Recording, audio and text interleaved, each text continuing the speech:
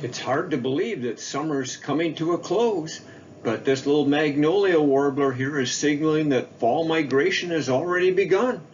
This beautiful little bird is immature, so it hatched out this summer up in the boreal forest of southern Canada or northern Minnesota. It's on its way now to Central America, places like Costa Rica and Belize. It's where it's going to spend the winter. Notice the beautiful lemon yellow belly and breast on this bird right here with a little black spotting that kind of helps us identify this as the Magnolia warbler. They like to eat little bugs now in fall migration, but we'll see probably several different kinds of warblers passing through as they move again from the North Country down to as far as some of them as far as South America for the winter. So watch for these colorful little fall warblers in the woods for the next 3 or 4 weeks now.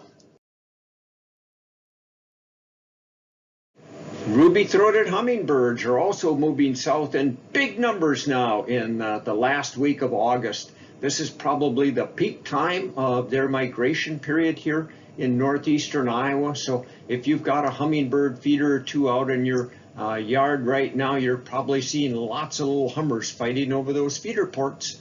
Out in the countryside, the hummingbirds are feeding on a variety of late season wildflowers. One of their favorites is the spotted touch-me-not or jewelweed, called touch-me-not, by the way, because when those little seed pods form, if you touch them, they pop open kind of like a firecracker. But anyway, jewelweed kind of likes to grow where the ground is kind of wet. They like little marshy places, and Cardinal Marsh is a perfect spot to find big patches of it. There were probably 30 ruby-throated hummingbirds feeding on the spotted jewelweed when I took this photo right here. So again, enjoy the hummingbirds while they're here for the next week or so, and then they'll be gone until next spring.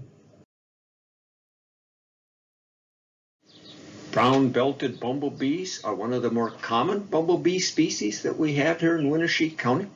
They're also one of our bigger bumblebees that you'll see out in the field, so they'll get your attention when you see them feeding on flowers.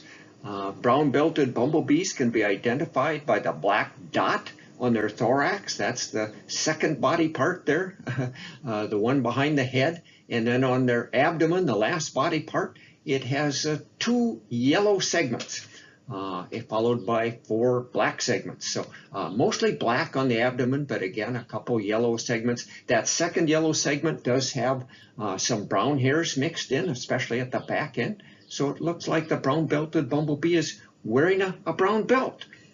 Some of the flowers you'll see brown-belted bumblebees feeding on now in the late summer and early fall would be, again, red clover here.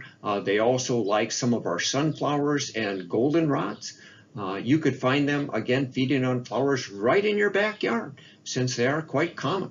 Females like this have normal-looking eyes. A male would have big, bulging eyes, so he would be quite distinctive to see as well. But watch for the brown-belted bumblebees now as we move towards the end of the bumblebee season.